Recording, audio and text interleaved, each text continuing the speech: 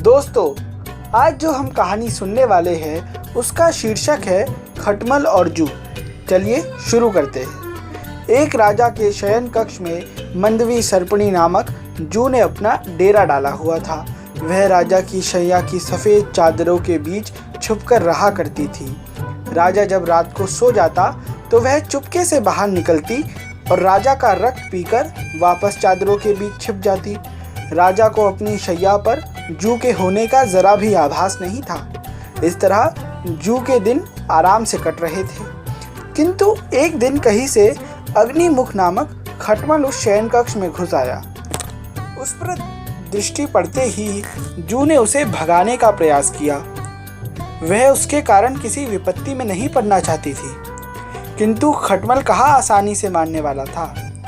वह मधुर वाणी से जू से बोला, बहन, कोई अपने शत्रु का भी इस तरह अपमान नहीं करता जिस तरह तुम मेरा कर रही हो। मैं तो तुम्हारा मेहमान हूँ, पहली बार तुम्हारे डेरे में आया हूँ। एक रात तो मुझे यहाँ रहने दो। तुम तो रोज़ यहाँ के राजा के मीठे रक्त का पान करती हो, आज मुझे भी उसका थोड़ा स्वाद ले लेने दो। जू खटमल की चिकनी चुपड़ी बातों में आ गई। उसने उसे रात भर रहने की अनुमति दे दी, किंतु साथ ही उसे आगाह करते हुए बोली, अग्निमुख, तुम यहाँ रह तो रहे हो, किंतु अपने चंचल स्वभाव पर तुम्हें नियंत्रण रखना होगा। राजा की जब गहरी नींद पड़ जाए तब मेरे रक्तपान करने के उपरांत ही तुम राजा का रक्त पीना, और ध्यान रखना कि रक्तपान करते समय राजा को कोई पीड़ा ना हो, अन्यथा हम दोनों ही मारे जाएंगे।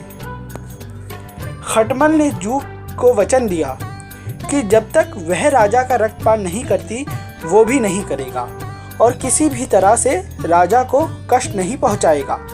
उन दोनों का वार्तालाप समाप्त ही हुआ था कि राजा शयन कक्ष में आ गया और दीपक बुझाकर चादर तानकर सो गया।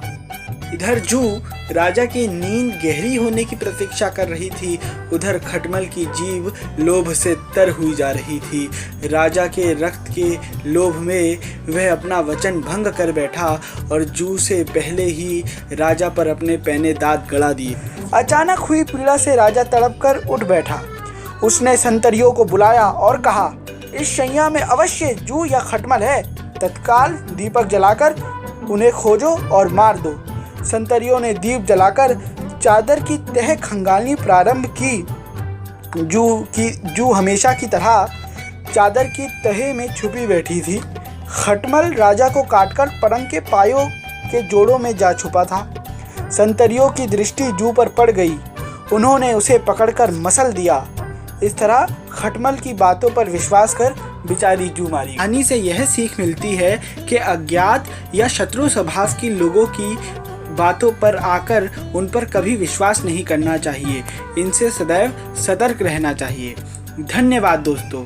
आपको ये कहानी कैसी लगी हमें कमेंट सेक्शन में अवश्य बताएं, और अगर आपको ये पॉडकास्ट अच्छा लगा तो वीडियो को लाइक ज़रूर करें और शेयर भी करें। पंचतंत्र की अन्य कहानियाँ सुनने के लिए सीरीज से जुड़े रहे। मिलते हैं अगले कहानी में, तब तक बाय बाय, टेक केयर।